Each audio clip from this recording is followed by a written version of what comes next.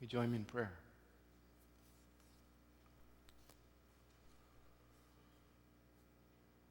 Let the words of my mouth and the meditations of our hearts be acceptable in your sight, O Lord, our rock and our Redeemer. Amen.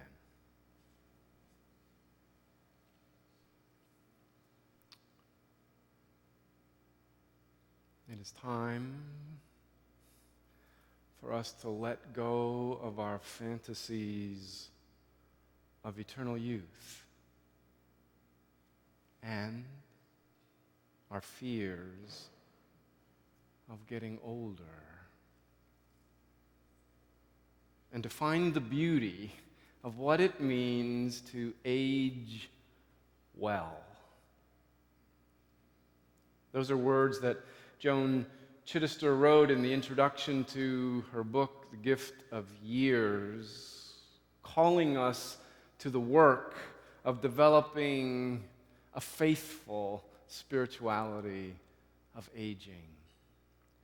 That's work that we're going to be taking up here at First Congregational Church for the next 6 weeks during worship here at 10 o'clock in this series, The Gift of Years. So today, we begin with regret. Regret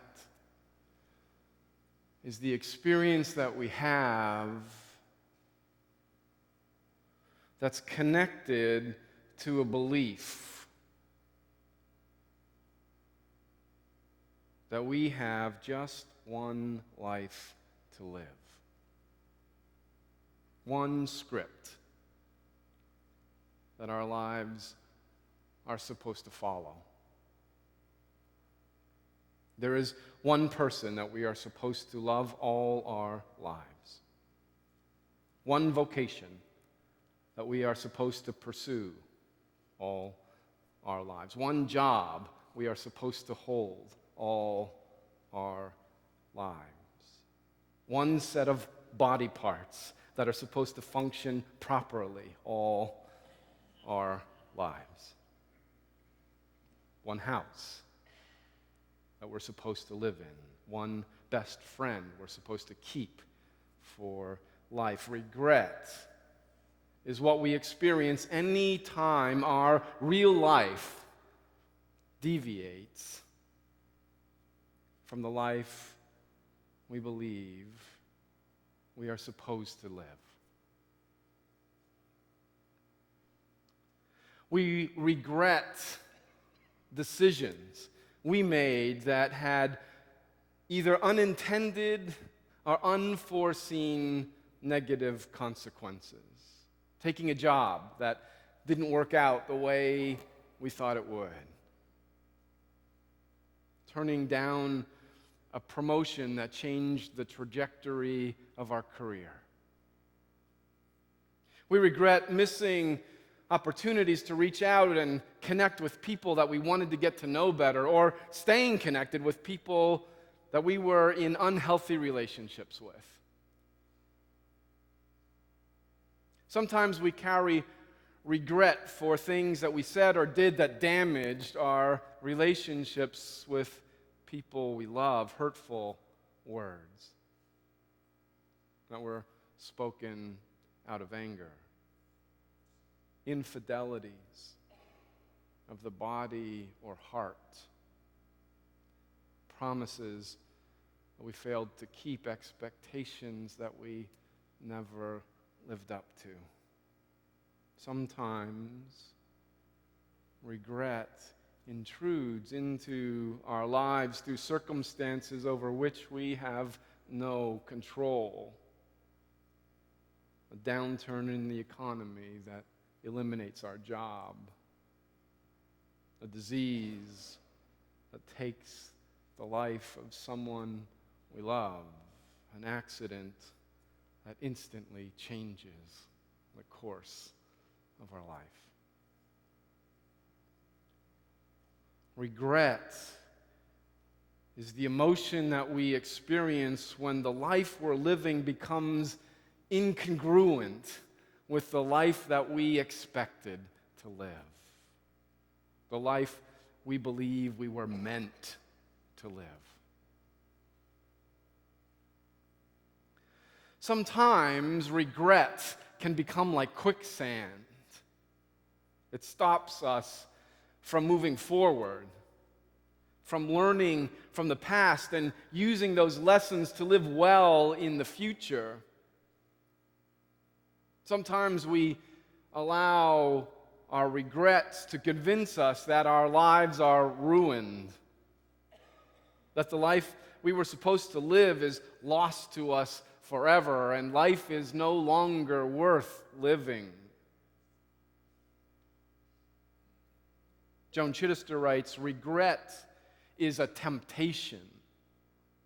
It entices us to lust for what never was in the past, rather than to bring new energy to our changing present. It is a misuse of the aging process. One of the functions, one of the many gifts of aging is to become comfortable with the self that we are, rather than mourning what we are not. When we regret the roads that have led us to where we are now, we risk the loss of the future.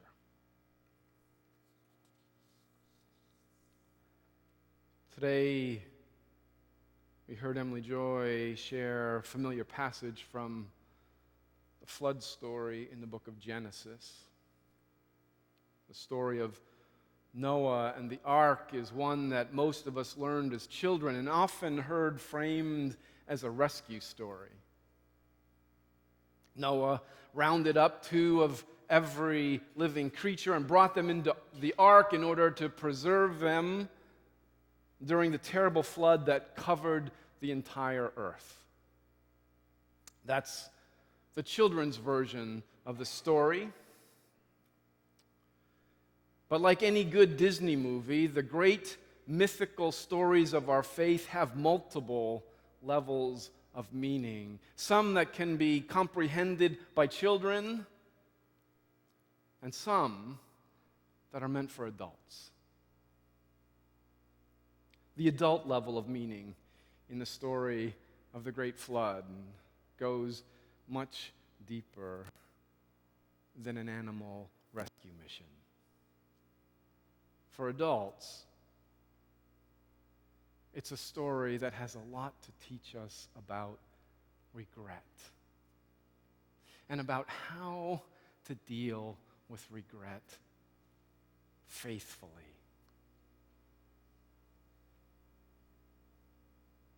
The story of the great flood begins with God's deep disappointment that the human beings, the crown jewel of God's creation, hadn't turned out the way God had hoped they would. After fashioning them in God's own image and entrusting them with dominion over everything that God created, the earthlings had failed to live up to God's expectations. God had placed them in the midst of this garden paradise and provided everything that their hearts desired: food and drink, security and companionship, and all that God asked for in return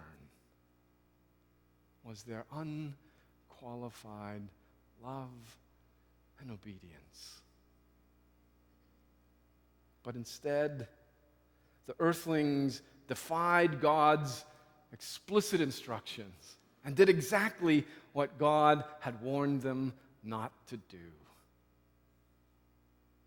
They ate the fruit of the tree of the knowledge of good and evil. And then they tried to cover it up. First, by hiding from God, and then by blaming it on someone else. But it wasn't just this single incident. Their banishment from the Garden of Eden didn't teach them anything. It didn't lead to them changing their ways. On the contrary, their behavior just continued to get worse. A terrible sibling rivalry developed between Cain and his brother Abel when their father favored one son's offering over the other. Cain's jealousy and resentment eventually consumed his life, causing him to strike and kill his brother Abel. The first family story is filled with tragedy. Cain was disowned, became the first fugitive, banished to wander aimlessly upon the earth. Moral corruption grew as the descendants of the first man and the first woman multiplied. Mortals began mating with immortals like something out of a Greek mythology. Nothing seemed to be going the way God had envisioned. Instead of innocent, compliant, grateful, obedient creatures enjoying the paradise garden that God had provided, the earthlings made a mess of everything. And God became furious. And in a moment of righteous indignation, decided to wipe out every living thing and start over. The ark that God instructed Noah to build bore the hope of a new beginning. This time would be different. Noah and his offspring would never disappoint God. They would love and obey God completely. They would never betray God's trust. They would never abuse their privileges as stewards of God's creation. They would never transgress the boundaries that God had set for their own well-being. Now that the ark was filled with new seed, things would go better this time. This time, things would turn out the way God expected them to go, the way they were meant to be. But at some point during the deluge, God realized the folly of trying to go back. And make right what had gone wrong. The notion that things could be fixed just by adding a whole lot of water and starting over with a different first family was absurd. At the end of the flood story, God looked out over all the devastation that had been wrought on the earth and was filled with regret. And that's where the real message of the story begins. It's not about the flood that wiped out all evil. It's about how God learned to deal with regret.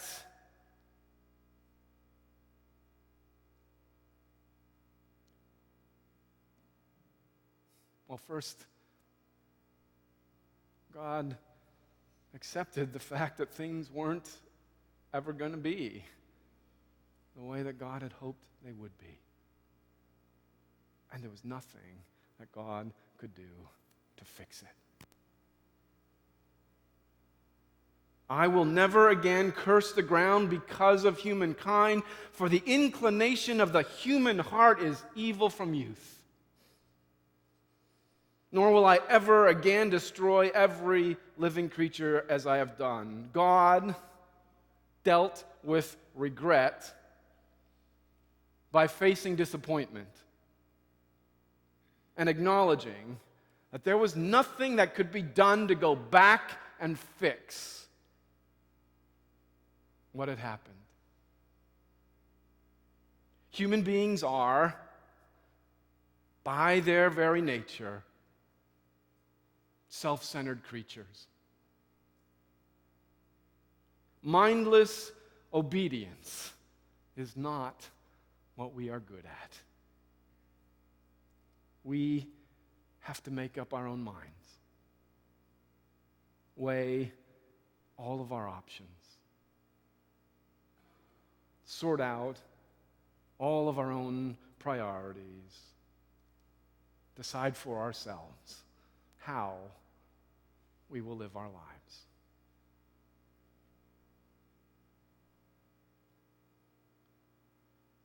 But the story doesn't end with God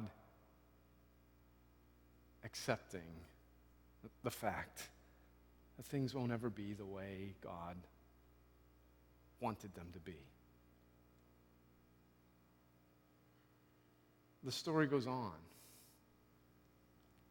God promised to stay connected with Noah and Noah's offspring, no matter what.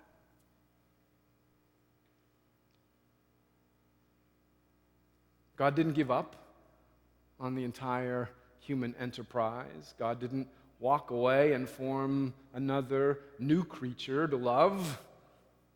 The rest of the biblical narrative, from the book of Genesis to the Revelation of John, is the story of God working in new ways to reconcile those headstrong human beings in love. The covenant with Noah is followed by the covenant with Abraham and his offspring. The covenant with Abraham is followed by covenant with David, who became the first king over Israel. The covenant with David is followed by a new covenant in Jesus Christ, the incarnation of God. The covenant in Jesus Christ is followed by a covenant with the church made on the day of Pentecost. Each new covenant represented a new initiative, a new way of God working to accomplish what God had always desired, to reconcile the whole world in love. God didn't give up working when things didn't work out the way God had hoped they would. And God didn't try to go back and fix things that had gone wrong in the past. Instead, God continued working in new ways to bring God's desired future to fruition.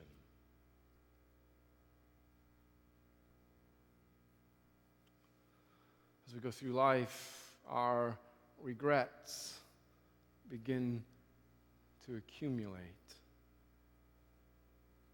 We all experience the bitter disappointment when things don't work out the way we'd hoped they would. For some people, regret becomes like quicksand. It stops them in their tracks and prevents them from ever moving forward. They convince themselves that because things didn't turn out the way they hoped they would, the way they believed they were meant to be, then life is no longer worth living.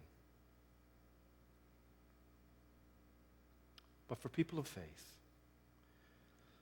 regret inspires us to move forward into the future in new ways. Regret is an experience that's connected to the belief that we only have one life to live. But Joan Chittister helps us recover a healthy spirituality for aging by reminding us that the real truth is there is no such thing as having just one life to live. The fact is, the real truth, the resurrection truth, is that every life is simply a series of lives, each one of them with its own task, its own flavor, its own brand of errors, its own type of sins, its own glories, its own kind of deep, dank despair, its own plethora of possibilities, all designed to lead us to the same end: happiness and a sense of fulfillment. Amen.